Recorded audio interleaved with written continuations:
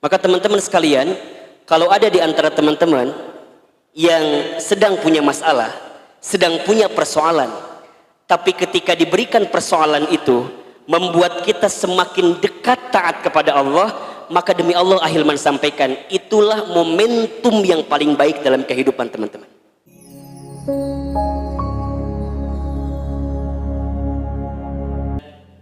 Jujur, sebagaimana Nabi SAW pernah bersabda, man yuridillahu bihi khairan yusib minhu. Barang siapa yang diinginkan oleh Allah kebaikan dalam hidupnya, maka ciri yang paling pertama yang melekat pada orang tersebut adalah yusib minhu. Allah akan uji dirinya, Allah akan berikan musibah kepadanya, Allah akan hadirkan kesulitan-kesulitan yang justru dengan kesulitan itu membuat dia semakin dekat dengan Allah Subhanahu wa Ta'ala. Maka teman-teman sekalian, kalau ada di antara teman-teman yang sedang punya masalah, sedang punya persoalan, tapi ketika diberikan persoalan itu membuat kita semakin dekat taat kepada Allah, maka demi Allah Ahilman sampaikan, itulah momentum yang paling baik dalam kehidupan teman-teman. Saya ulangi ya, kalau ada di antara teman-teman yang sedang punya masalah, mohon maaf, mungkin ada di antara teman-teman yang karena corona kemarin di PHK dari pekerjaannya. Ada atau tidak? Nu mana jelemana? Orang kita mungkin ada yang di PHK, mungkin ada yang dirumahkan, mungkin ada yang berkurang salary atau gajinya, mungkin ada yang usaha, yang bisnis tapi tersendat profit dan segala macamnya. Percayalah, di saat kita sulit, tapi dalam keadaan sulit itu membuat kita bisa semakin dekat dengan Allah, itulah waktu terbaik dalam kehidupan kita. Sampai Nabi itu pernah berkata seperti ini, yang aku takutkan dari umatku bukan kekurangan harta, yang aku takutkan dari umatku bukan keadaan miskin, yang aku takutkan dari umatku bukan keadaan susah, bukan kata Nabi, tapi yang aku khawatirkan dari keadaan umatku adalah saat mereka diberikan keberlimpahan dalam kehidupan tapi mereka jauh dari Allah Subhanahu wa Ta'ala. Itu yang Nabi takutkan. Maka mohon maaf lahir batin ya, kalau teman-teman lagi sulit, lagi susah, kena musibah, ada ujian, tapi dengan cara itu sujudnya lebih lama, doanya lebih khusyuk, sholatnya lebih rajin, ngajinya lebih bagus, maka itu adalah kesempatan terbaik di hadapan Allah Subhanahu wa Ta'ala. Jadi mungkin karena corona kemarin, mungkin ini ya, ada yang gak jadi nikah mungkin. Ada apa enggak kira-kira? Ini kesempatan buat ikhwan, kalau antum mau nikah sekarang, lagi ada diskon efisiensi sebenarnya sekarang. Biaya catering agak berkurang gitu ya, kumpul-kumpul agak terjaga dan segala macam. Ini kesempatan. Atau malah mungkin ada yang tidak sama keadaannya dengan keadaan yang normal, tapi menjadi bagian untuk bisa mendekat kepada Allah. Ini adalah kebaikan. Makanya kalau Ahilman suka bilang begini, kalau teman-teman sedang diuji, sedang ada masalah, justru kalimat pertama yang harus dihadirkan itu adalah kalimat Alhamdulillahirabbil alamin. Contoh, teman-teman lagi ngincer seseorang yang teman-teman sukai, gak ada angin, gak ada hujan, tiba-tiba di Instagram story-nya dia sudah upload undangan nikah dengan laki-laki lain. Apa yang teman-teman katakan? Iya menang pelet pasti ya. Teman-teman akhwat, misal ada ikhwan yang kita sudah banyak bersandar kepadanya, berharap kalau dia yang akan jadi suami kita, tiba-tiba dia malah milih perempuan lain, dan kita tahu menjelang dia mau menikah, kalimat apa yang kita keluarkan? Naon kalimatnya? Nah, hanya milih nuki, dan mending aku ya Ustaz, dan mending aku kemana-mana tuh. Mohon maaf ya. Kalau ada di antara kita yang mungkin bekerja, desain, atau mungkin apapun lah yang bikin kecewa, kadang kata-kata yang keluar tuh bukan alhamdulillah ya, tapi kata-kata yang keluar tuh kata-kata yang kurang baik, suuzon, nyalahin keadaan gitu ya, nyari kambing hitam. Padahal Allahu Akbar. Padahal teman-teman tahu surat Ibrahim ayat 7. Ahilman yakin ini hafal semua ayatnya. Tentang perintah bersyukur. Wa idh ta'adzana rabbukum la'ing syakartum la'azidannakum wa la'ing kafartum inna azabi lasyadid. Teman-teman tahu ayat ini turun karena apa asbabun nuzulnya? Allahu Akbar. Ternyata ayat ini asbabun nuzulnya, sebab turunnya ayat, dikisahkan ketika Nabi Musa alaihi salam itu ditinggal oleh pasukannya. Kebayang nggak?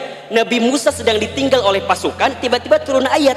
Turun ayatnya apa? La in syakartum la azidannakum wa la in kafartum inna azabi lasyadid. Lagi kehilangan pasukan, sedang kehilangan banyak pasukan, tiba-tiba Allah memerintahkan bersyukur. Kan logika kita barangkali nggak nyambung gitu loh. Sedang kehilangan kok malah suruh bersyukur. Ternyata apa hikmahnya? Allahu Akbar.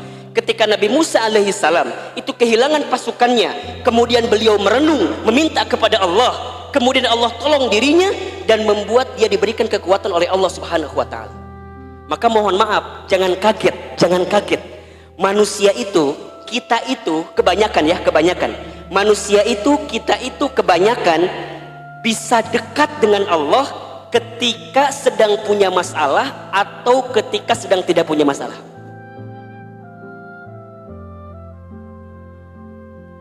Kita sujudnya lebih lama ketika lagi punya masalah atau ketika sedang tidak punya masalah. Teman-teman, kangen kajian teman hijrah pas lagi ada corona atau pas lagi nggak ada corona? Itu kan kangen bener Ustadz. Ke masjid kan kemarin beberapa bulan lalu kita nggak boleh ke masjid kan, nggak bisa taraweh di masjid, nggak bisa mabit iktikaf. Kangen apa enggak? Saat can corona kemana hungkul maneh? Betul apa enggak? Teman-teman kangen nggak silaturahim bertemu dengan sahabat-sahabat? Teman-teman cipika kiri cipika benernya cipika naon sih? Cipika cipiki ya, ketemu salaman sama teman-teman, bener nggak? Pengen silaturahim ngumpul-ngumpul. Mungkin Allah nanya dulu sebelum ada corona, kalau ada teman kita yang sakit kadang-kadang kita cuma ngucapin syafakallah, itu pun di WhatsApp doang, betul apa enggak? Ya kan? Ada yang meninggal, kita ngirim apa biasanya? Ngirim stiker naon? stiker kieu teu maot ieu mah manya aya nu maot dikieukeun. Ada yang meninggal, kita bisa datang, kita bisa takziah, kita bisa silaturahim, tapi kadang kita memilih hanya mengucapkan innalillahi wa inna ilaihi rajiun, itu pun kopas. Iya nggak sih?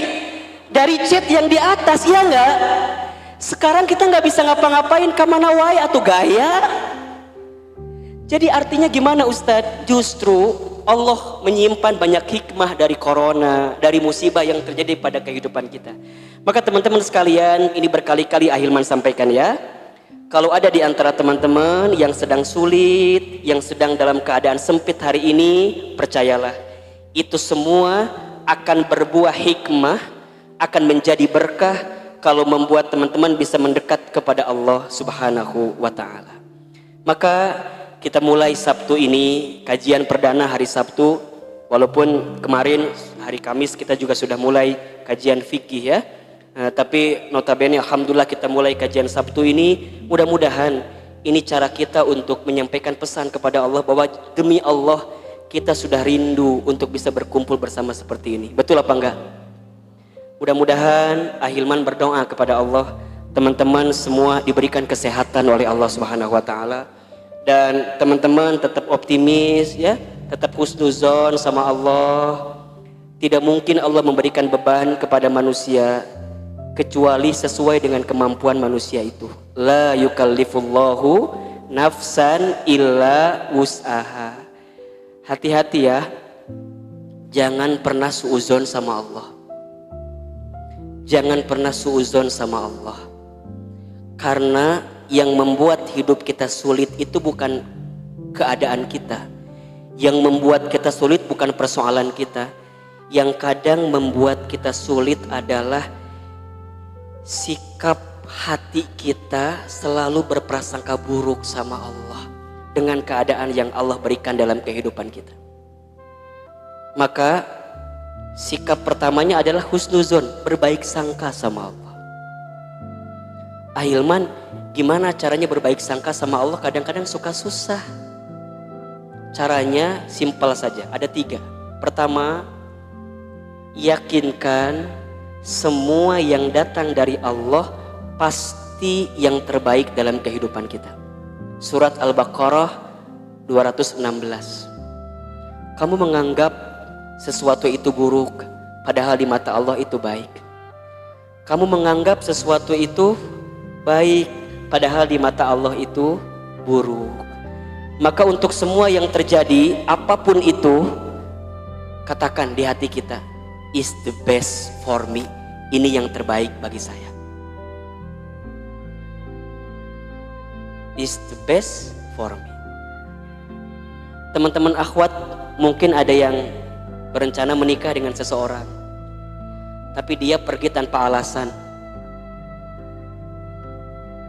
Hanya mengatakan satu alasan saja, kamu terlalu baik buat aku. Dan itu pernyataan yang kadang-kadang kita juga sulit menjawabnya seperti apa kan. Coba teman-teman kalau ada yang ngomong gini, kamu terlalu baik buat aku, apa jawabannya kira-kira? Liurnya. Ahilman sampai sekarang belum tahu jawaban apa yang pas buat menjawab pernyataan seperti itu.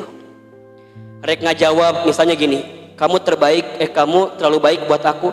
Ya, aku kan lebih baik dibuat kamu. Kan tengah oke mun gitu banyak. Terlalu merendah juga susah gitu jawabannya. Udah, tiba-tiba dia pergi tanpa alasan. Mungkin buat teman-teman ini kondisinya sangat sakit. Apalagi kemana-mana udah dibawa. Fotonya pernah mampir di feed Instagram kita. Rek dihapus kebayang-bayang masih ada memorinya. Apalagi sekarang Instagram suka ada kan ya, memori 3 tahun yang lalu gitu ya. Tiba-tiba yang keluar itu waktu teman-teman makan nasi goreng kehujanan teh. Itu kan momen-momen paling romantis, kehujanan, bitis, semua duit segala rupa teh. Tiba-tiba keluar 3 tahun yang lalu. Padahal dia sudah pergi. Kadang-kadang kita jadi sakit bawaannya memang gitu. Tapi ya sudah, is the best for me. Ini yang terbaik bagi saya. Mungkin bukan dia yang akan menjadi penyempurna bagi hidup kita. Ada orang lain. Saha tuh ingat tuh. Kumaha Allah eta mah kita apalah. Cuman sikap pertamanya langsung. Bisa jadi mungkin putus itu bukan yang kita inginkan, tapi Allah yang inginkan itu. Mungkin bersama kita ngerasa bahwa mohon maaf ya, mungkin di sini ada yang udah menikah, tapi dengan akhwat atau dengan pasangan yang kita nggak pernah kenal sebelumnya. Di teman hijrah ada loh, ada di antara ofisial kita yang ta'arufnya insya Allah ya singkat sekali. Bahkan dulu mungkin dia teman kuliah bareng. Gak nyangka kalau dia pada akhirnya menjadi pasangannya. Yang paling ngocak ada kisahnya luar biasa. Dulu waktu kuliah, si Ahwat ini pacaran dengan temennya. Dia pacaran dengan temennya. Sekarang dia nikah. Opatan lain gitu maksudnya. Jadi dia nikah, waktu itu dia nganterin pacaran sama temennya. Sekarang dia nikah. Sampai dia suka cerita, kok dulu kita pacaran bareng kan? Aku sama yang lain, kamu sama yang lain. Ternyata sekarang ini kita nikah. Misteri. Kita nggak pernah nebak. Kok bisa begini ya? Iya. Makanya sikap pertama dari kesulitan itu apa coba? Husnuzon sama Allah. Husnuzon sama Allah. Teman-teman mungkin dulu kuliahnya perikanan. Mungkin. Jurusan perikanan. Tiba-tiba sekarang kerjanya jadi marketing. Jualan lauk. Kan perikanan ya. Perikanan tiba-tiba sekarang jadi marketing di bank. Kan gak nyambung. Dulu ngurusin kolam, sekarang jadi jualan marketing produk pembiayaan perbankan. Kan gak nyambung. Tapi katakan kepada Allah, memang ini skenario yang terbaik dari Allah. Makanya mohon maaf teman-teman yang sedang kuliah ya. Kan mungkin ada yang mau kuliah ya. Kadang-kadang yang kuliah suka mikir gini, kalau aku ambil jurusan ini nanti aku akan kerja apa? Suka gitu kan. Demi Allah saya sampaikan, hampir 65% kebanyakan jurusan naon, kerjaan naon. Betul apa enggak sih? Banyak gak di antara teman-teman yang ngerasa kayak gitu? Ustadz aku teh dulu jurusan hukum. Terus kumaha? Iya aku teh pengen belajar bagaimana jadi advokat. Ayeuna naon profesina? Advokat. Advokat naon? Ngegosip kan advokat, oke. Menjudge tentang orang lain gitu ya. Jadi hukum tapi tiba-tiba sekarang mohon maaf ya jadi admin, jadi accountant dan segala macam. Kita nggak pernah bisa nebak, nggak pernah bisa nebak. Kita kan hanya bisa berikhtiar aja. Pada akhirnya hasil siapa yang menentukan? Yang menentukan hasil siapa? Allah. Nahnu bitakhir wallahu bitakdir. Kita hanya bisa berikhtiar. Pada akhirnya hasil Allah yang menentukan. Sikap pertama husnudzon itu adalah katakan ini yang terbaik bagi saya. Yang kedua, cara husnudzon itu adalah la yukallifullahu nafsan illa usaha. Allah tidak akan pernah memberikan beban kepada kita kecuali sesuai dengan kemampuan kita. Please mulai hari ini jangan pernah membandingkan masalah kita dengan masalah orang lain. Please. Kita teh kadang-kadang mohon maaf ya suka membandingkan masalah kita sama masalah orang lain. Kadang-kadang keluar katanya seperti ini, kamu mah enak, aku mah nggak enak. Kumaha? Nggak bisa, kita nggak bisa ngukur persoalan kita dengan persoalan orang lain. Kenapa? Karena setiap orang punya takaran masalah masing-masing. Banyak gak di antara teman-teman kalau ada masalah bawaannya pengen mengupdate masalah kita di sosial media? Banyak apa enggak? Banyak. Cek mohon maaf ya, sosmed teman-teman lebih banyak mengumbar persoalan atau lebih banyak mengumbar nikmat kebaikan di hadapan Allah Subhanahu wa taala? Punten, jamaah teman hijrah, punten. Kalau masih ada yang bikin status di story Instagramnya, huf lapar, lamun aya keneh. Kalau masih ada yang bikin status huf apa tadi? Lapar, masih ada. Kalau storynya masih ada tolong dihapus. Atau kalau ada di antara teman-teman yang mungkin bikin status tuluh atau ngantuk gitu misalnya, tolong dihapus.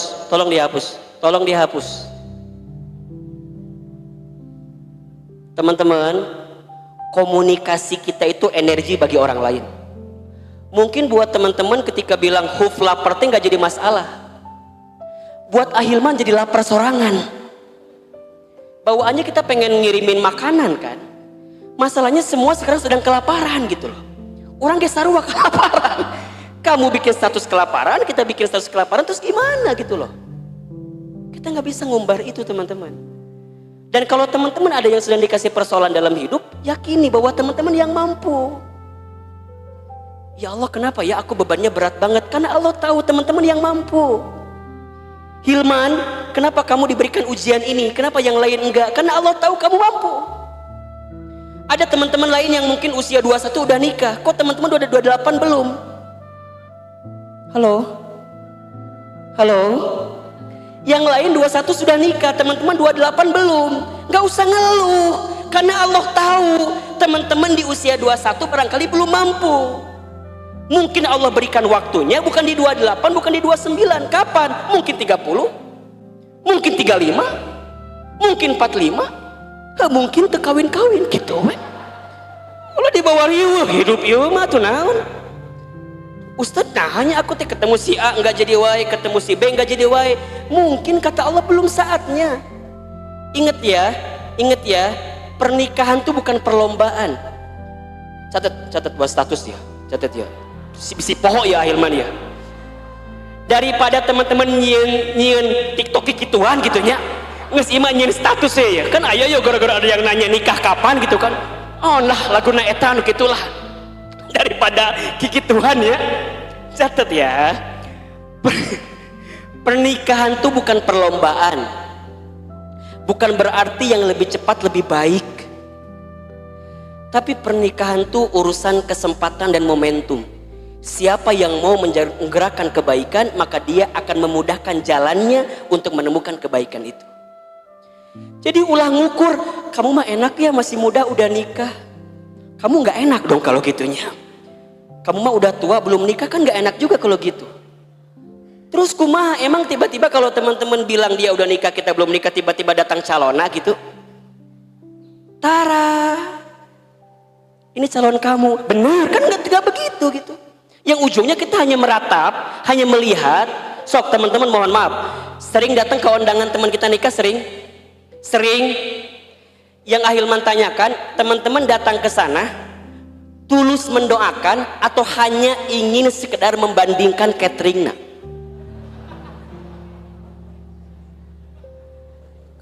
Teman-teman datang nih ke nikahan teman kita, kan nggak sedikit ya lisan kita ngomong gini, salaman sih, salaman, datang salaman, selamat ya, nyokot daging, asinan, kerupuk, di tukang kan ketemu teman kita, say, apa?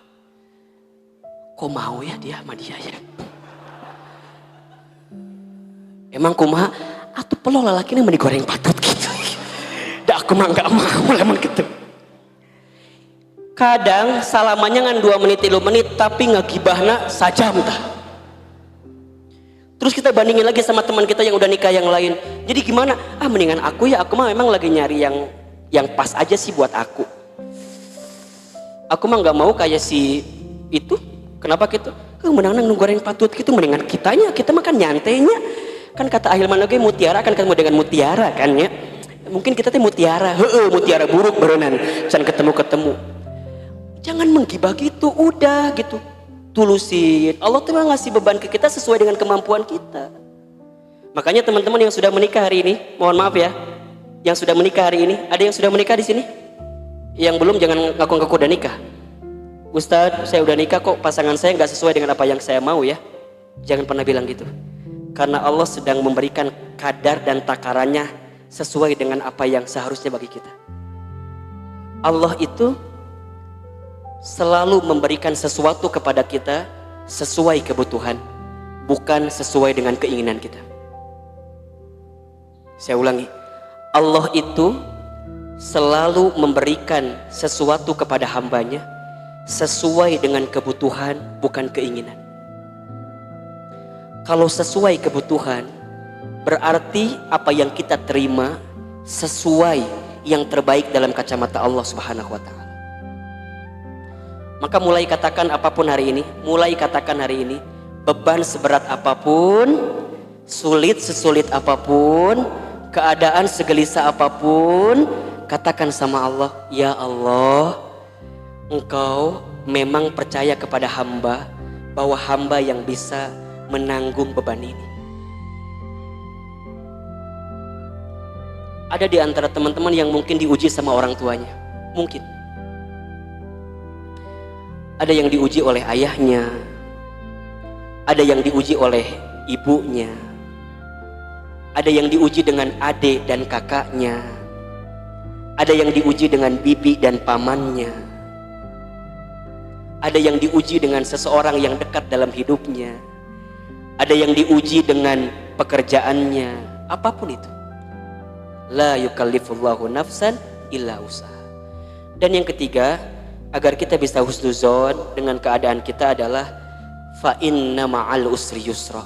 Inna ma'al usri yusra. Sesungguhnya bersama kesulitan ada kemudahan. Sesungguhnya bersama kesulitan ada kemudahan. Itu janji Allah kepada kita. Tidak akan mungkin Allah berikan beban kecuali di balik itu Allah berikan kemudahannya. Maka untuk yang sudah terjadi, untuk yang sedang terjadi tentang diri kita di masa lalu atau yang sudah terjadi, sudah mulai kita katakan kepada kejadian itu, how you like that? Bagaimana kamu bisa seperti itu? Dan seperti hari ini teman-teman berbeda dengan teman-teman yang dulu. Kalau dengan virus corona yang selama 3,5 bulan menimpa kita, tapi tidak memberikan perubahan dalam kehidupan kita, maka butuh cara apa lagi yang Allah akan hadirkan kepada kita agar diri kita berubah, agar diri kita berpindah dari keadaan kita yang dulu menjadi keadaan kita yang lebih baru hari ini. Jangan sesali apa yang pernah terjadi, tapi evaluasilah Apa sebab kesulitan itu terjadi pada kehidupan kita? Ahilman sangat percaya bahwa Allah itu selalu ingin hambanya mendapatkan kebaikan. Betul apa enggak? Mohon maaf ya, saya ulangi. Ahilman meyakini Allah itu selalu menginginkan hambanya mendapatkan kebaikan. Artinya, kalau ada di antara hamba Allah, ada di antara manusia yang dalam hidup mendapatkan kesulitan atau mendapatkan keburukan atau mendapatkan kesengsaraan, itu karena Allah atau karena kita sendiri?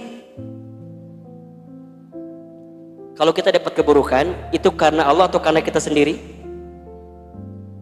Saya ulangi, ini ilmu tauhidnya dalam banget nih. Kalau teman-teman mendapatkan kesulitan, keburukan, itu semua karena Allah atau karena kita sendiri? Jangan pernah katakan itu karena Allah. Karena Allah tidak pernah ingin hambanya mendapatkan keburukan. Allah selalu hambanya ingin mendapatkan kebaikan. Surat An-Nisa ayat 79. Surat apa? An-Nisa ayat berapa? 79. Saya ulangi ya. Kalau teman-teman tak ucing ngelewat gitu ya. Kalau teman-teman mendapatkan kebaikan, datangnya dari mana? Ulangi. Teman-teman dapat kebaikan, datangnya dari siapa? Allah. Kalau teman-teman mendapatkan keburukan, kesulitan, datangnya dari siapa? Diri sendiri. Surat An-Nisa ayat 79. Kata Allah Subhanahu wa taala, "Wa ma asabakum min hasanatin faminallah. Wa ma asabakum min sayyi'atin famin nafsik." Dan apa-apa yang menimpa kamu sekalian, sesuatu yang baik, hasanatin, datang dari Allah. Tapi ketika teman-teman mendapatkan yang buruk, datangnya dari diri kalian sendiri, dari diri kamu sendiri. Maka jangan pernah salahkan Allah. Kalau Allah menginginkan hambanya, mohon maaf ya, misalnya mendapatkan keburukan, zolim dong Allah sama kita.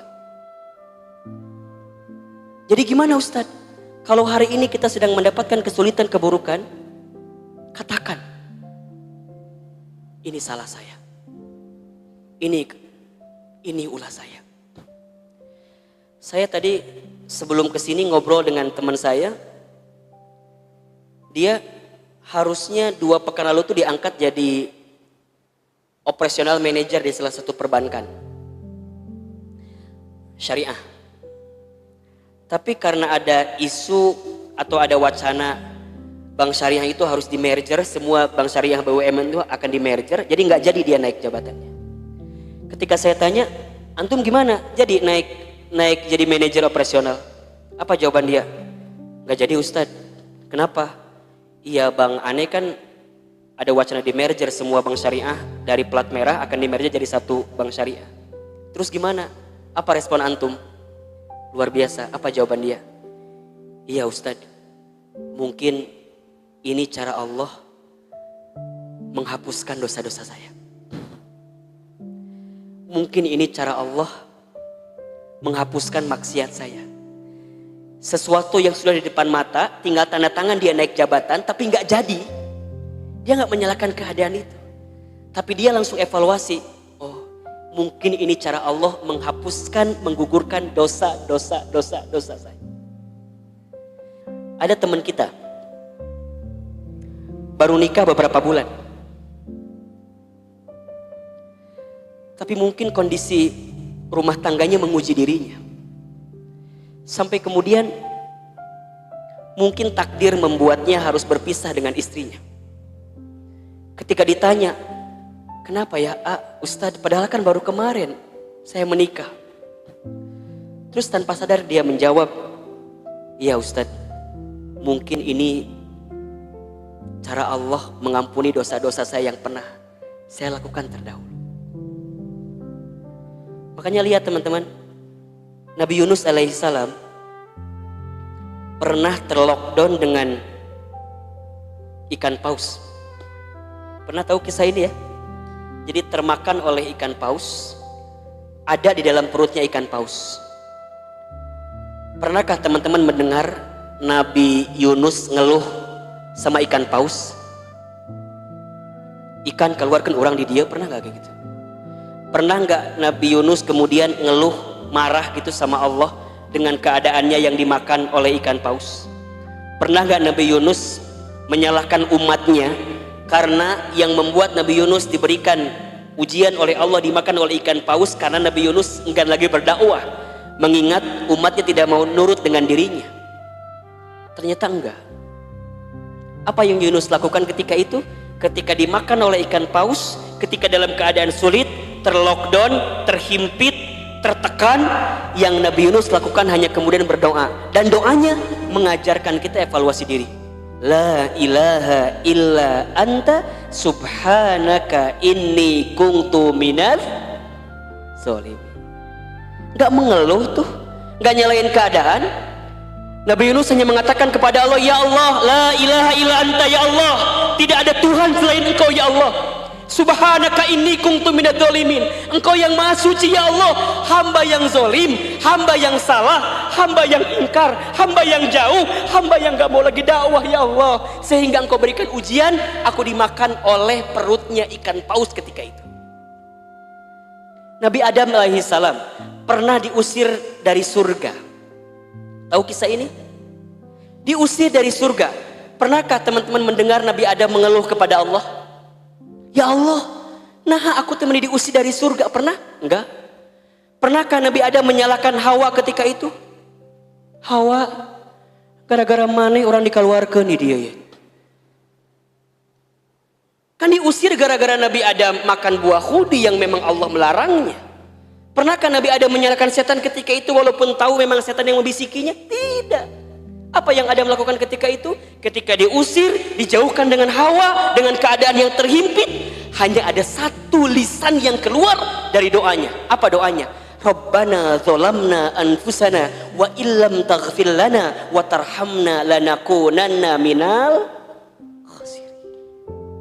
Rabbana zolamna anfusana, ya Rabb, zolamna, kami yang zolim, kami yang salah. Anfusana, kami yang menzolimi diri kami ya Allah. Nabi Adam bikin satu pelanggaran, diusir dari surga. Teman-teman pengen masuk surga. Halo, Nabi Adam bikin berapa pelanggaran? Satu pelanggaran, diusir dari surga. Teman-teman pengen masuk surga, udah bikin berapa pelanggaran? Halo, jelas kira-kira? Pengen masuk surga? Pengen? Banyak pelanggarannya. Terus kumaha tuh? Berhenti jadi asup nage. Rek asup lupa pelanggaran, balik deui. Tapi apa yang Adam lakukan ketika Rabbana dzalamna anfusana wa illam taghfir lana ya Rabb, seandainya masih ada ampunanmu ya Allah, ampuni hamba ya Allah. Wa tarhamna, sayangi hamba ya Allah, lanakunanna minal khasirin. Ya Allah, jangan jadikan hamba orang-orang yang rugi ya Rabb, ya Rabb. Jadi artinya gimana? Kalau teman-teman sedang sulit, sedang punya masalah, sedang mendapatkan keburukan, tapi semua itu diakumulasi untuk memaafkan, mengampuni dosa-dosa teman-teman yang terdahulu, gak apa-apa ya Allah, hamba ikhlas, hamba ridha, hamba ikhlas, hamba ridha. Asalkan dengan ujian itu mengampuni dosa-dosa kita yang terdahulu. Sekarang Ahilman tanya, teman-teman yang di sini dosanya banyak atau sedikit? Banyak aja, banyak banget. Terus apa yang mau kita banggakan? How you like that? Bagaimana mungkin kita akan bilang tentang diri kita kepada Allah sedangkan dosa kita juga banyak? Maka Softlist mulai hari ini buka lembaran baru. Buka lembaran baru. Teman-teman dikasih kesempatan bertemu dengan corona, alhamdulillah. Alhamdulillah. Mohon maaf ya, pandemi seperti ini tidak datang tiap tahun kan? Mungkin ada yang menyebutkan 500 tahun sekali katanya. Ada yang menyebutkan 1000 tahun sekali katanya. Ada yang menyebutkan terakhir flu Spanyol kalau tidak salah itu tahun berapa gitu. Ya, Allahu Akbar. Dan teman-teman bertemu. Ahilman gak pernah, mohon maaf ya, kan kayak di film-film, iya gak sih? Kayak di film-film gak sih? Teman-teman ketemu dengan pandemi yang kita gak boleh keluar, semuanya pakai masker, terhimpit. Pernah kebayang gak sama teman-teman? Pernah kebayang gak? Ahilman gak pernah mimpiin gitu, gak pernah. Gak pernah kebayang akan ketemu momen ini gitu. Dan akhirnya kita ketemu. Sebelum Ramadan, Ahilman pernah bikin voice video gitu ya, Ramadan tanpa corona gitu kalau nggak salah. Dan itu cukup viral dan cukup didengarkan oleh banyak orang gitu. Ramadan tanpa corona, ya Allah saya nggak kebayang gimana kalau Ramadan ini nggak ada tarawih lagi. Saya nggak kebayang kalau nggak ada mudik lagi, nggak kebayang kalau nggak ada ngaji Quran bersama lagi, nggak kebayang kalau nggak ada hal-hal yang baik, buka bersama dengan teman kita, sahur bersama. Kejadian apa nggak kira-kira? Kejadian, semua kejadian, nggak pernah kebayang sama kita. Jadi gimana Ahilman? Yes, kalau semua yang dihadirkan oleh Allah itu adalah cara Allah mengampuni dosa-dosa kita, maka kita harus ikhlas menyikapinya. Coba kalau teman-teman bisa menghitung dosa kita, Masya Allah, gak usah jauh-jauh lah. Pertama, hitung kesalahan kita kepada Allah. Berapa sering kita meninggalkan sholat? Berapa sering kita mungkin ketika Ramadan tidak berpuasa waktu itu? Yang akhwat,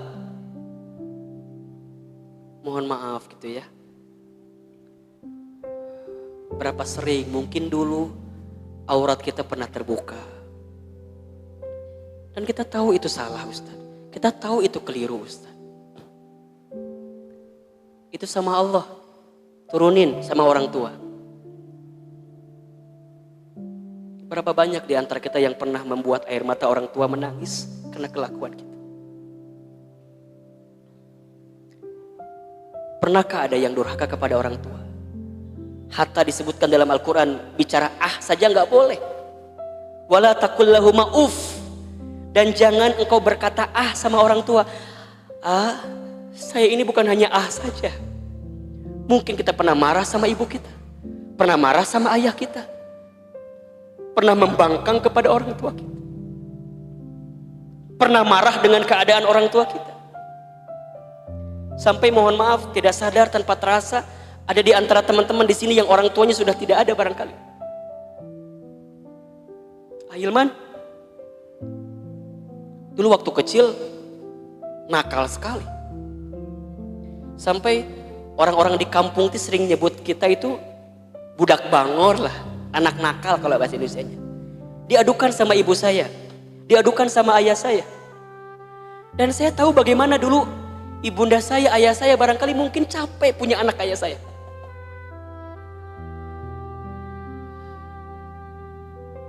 Sampai kemudian Allah mencabut usia ayah saya. Tidak lama kemudian mencabut usia ibunda saya. Kalau teman-teman tanya apa yang membuat Ahilman sekarang pengen istiqomah dalam dakwah? Kenapa Ahilman pengen belajar Al-Quran? Kenapa Ahilman ingin belajar agama? Satu di antara tujuan saya. Saya ingin memberikan kado terbaik bagi orang tua saya.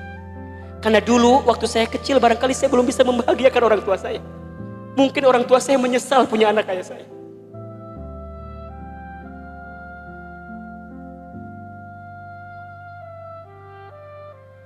Maka tidak ada waktu yang Allah berikan di sisa waktu saya kecuali berbuat baik, beramal soleh, jadi anak yang taat, jadi anak yang baik. Semata-mata bukan untuk kita, tapi ini adalah kado spesial bagi orang tua kita.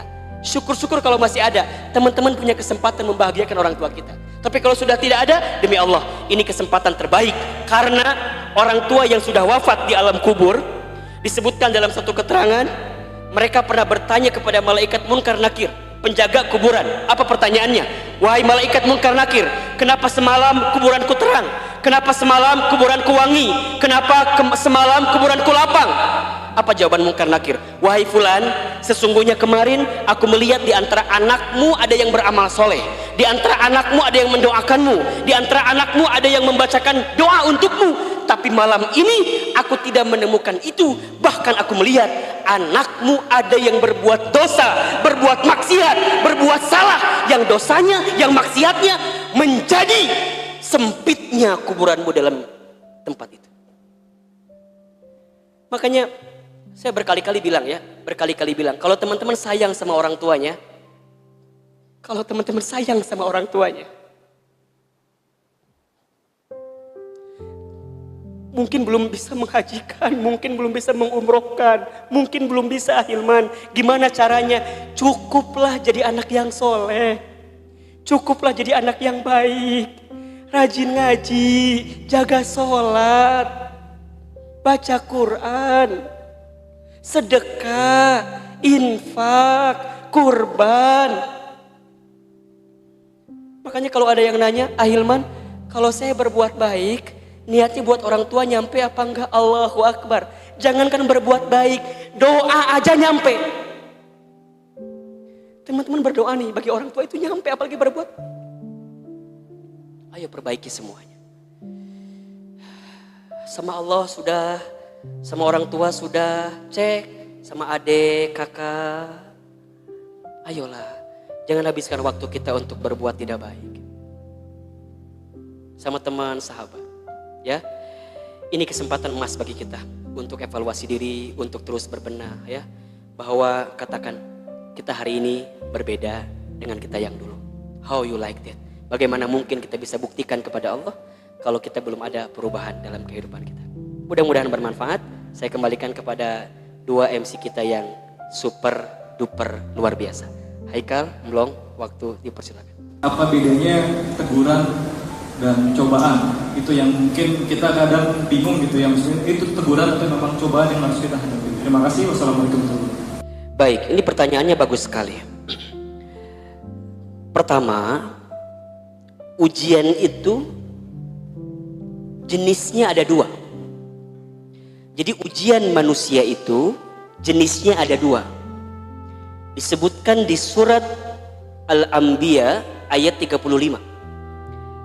Kata Allah, kullu nafsin dha'iqatul maut wa nabluukum bisyarri wal khairi fitnah wa ilaina turja'un.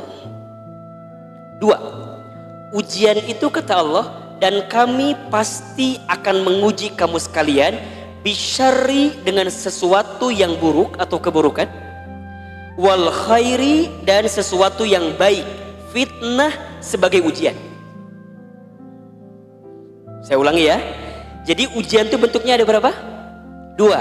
Satu, keburukan, sesuatu yang buruk, sesuatu yang sulit, sesuatu yang gak enak buat kita. Atau yang kedua, justru Allah menguji kita dengan sesuatu yang baik-baik, ya, kebaikan, kebahagiaan. Jadi bagaimana Ustadz? Artinya dalam fase apapun, dalam skenario apapun itu semuanya ujian. Selama kita hidup, selama itu kita akan diuji. Teman-teman sehat, ujian atau bukan? Teman-teman sehat, ujian atau bukan? Ujian. Teman-teman sakit, ujian atau bukan? Ujian. Teman-teman lapang hidupnya, ujian atau bukan? Ujian. Teman-teman sempit hidupnya, ujian atau bukan? Ujian. Teman-teman kaya, ujian bukan? Teman-teman miskin, ujian atau bukan? Sebelum nikah, ujian bukan? Kencang betul itu ujian itu ya. Sebelum nikah ujian, setelah menikah ujian, sudah menikah, belum punya anak, ujian bukan? Setelah punya anak, ujian bukan? Jadi semuanya ujian, sepakat? Oke. Kalau teman-teman sepakat bahwa setiap etapa hidup kita adalah ujian, maka fokusnya ketika diuji jangan lihat ujiannya, tapi fokuslah dengan sikap kita terhadap ujian itu. Kalau teman-teman sedang ikutan tes seleksi satu perusahaan, satu pekerjaan, kemudian teman-teman ikutan tes, ada soalnya, betul? Kalau ada soal, tugas kita apa? Menjawab soal tersebut. Kalau hasilnya nggak lolos, hasilnya nggak lulus, yang salah soalnya atau jawaban kita? Yang salah soalnya atau jawaban kita? Kalau teman-teman diuji dalam hidup dan teman-teman tidak naik kelas, nggak naik derajat dari ujian yang Allah berikan itu, yang salah ujian Allah atau sikap kita terhadap ujian itu. Paham sampai di sini? Maka nanti untuk melihat Ahilman, ujian ini teguran, cobaan atau azab. Kalau bahasa Quran tuh kira-kira begini, ada tiga. ada bala, itu ujian. 2, ada musibah, itu himpitan. Ada azab, ada azab. Nauzubillah. Fokus ya. Ujian itu, lihat. Ujian itu akan diberikan oleh Allah untuk apa? Menaikkan derajat, buat naik kelas. Bagi siapa? Bagi orang beriman. Syaratnya beriman dulu. Jadi kalau teman-teman di sini merasa masih ada iman di hatinya, ada iman di lisannya, ada iman di pikirannya, dibuktikan dengan amal soleh, maka kesulitan apapun dalam hidup, ini adalah cara Allah menaikkan derajat kita. Jangan pernah bilang azab. Kan ada yang bilang kemarin ya, oh ini corona ini azab katanya. Nauzubillahi min dzalik. Azab itu kondisinya rusak seluruhnya, hancur seluruhnya. Dan azab hanya akan turun ketika sudah tidak ada lagi orang yang beriman, atau mungkin banyak mayoritasnya tidak beriman. Sekarang saya mau tanya, masih adakah di Bogor ibu-ibu tua yang bangun di sepertiga malam kemudian sholat tahajud? Masih ada apa enggak?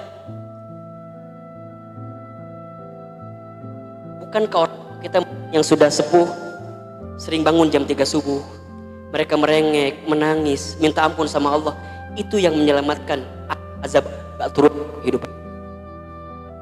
Jadi bagi orang beriman, ujian itu buat naik derajat. Yang kedua, ujian jadi teguran. Bagi siapa? Dia beriman sih, tapi mohon maaf, dalam amalnya masih ada maksiat, dosa yang dia belum sempat minta ampun kepada Allah. Jadi untuk ngukur ini ujian, musibah atau azab bukan dari Allahnya, tapi dari kitanya. Kalau teman-teman di sini merasa dosanya banyak, maksiatnya banyak, berarti saat teman-teman diuji itu apa namanya? Teguran.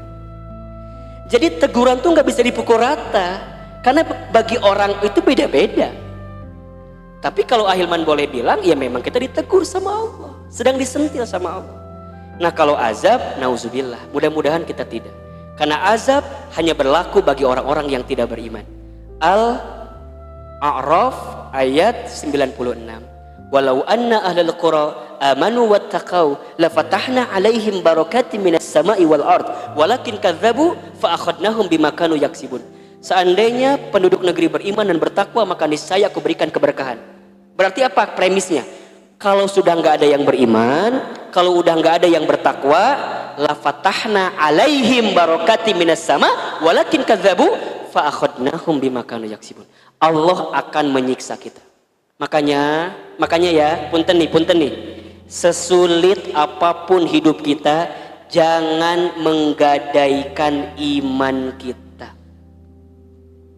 Iman itu kekuatan yang paling dahsyat, paling dalam. Dan iman itulah yang bisa memberikan ketenangan dalam hidup kita. Bagi orang beriman, apapun yang datang itu semuanya baik. Ajaban li amril mu'min, sungguh menakjubkan sikap orang beriman itu. Innama amruhu kullu khair, setiap apapun yang datang dalam hidupnya semua baik. Ketika mendapatkan kebahagiaan, dia bersyukur. Ketika mendapatkan kesengsaraan, kesulitan, maka dia bersabar. Jelas ya? Baik. Yang kedua, bagaimana caranya agar setelah diuji kita naik kelas, Ahilman? Gimana caranya? Caranya adalah benerin sikap kita ketika menghadapi ujian itu. Dalam Al-Quran Allah sampaikan, ya ayyuhalladzina amanu ista'inu bis sabri was shalah innallaha ma'as sabirin. Orang beriman itu menyikapi ujiannya dengan sabar dan sholat. Punten. Sabar itu tidak identik dengan putus asa. Sabar itu tidak identik dengan berdiam diri. Sabar itu tidak identik dengan pasrah. Sabar itu menahan diri untuk tidak melakukan sesuatu yang dibenci oleh Allah Subhanahu wa ta'ala. Teman-teman, mohon maaf, di PHK dari pekerjaan, terus diem. Ayo atuh, kan kamu harus makan, harus cari kerjaan segala macam.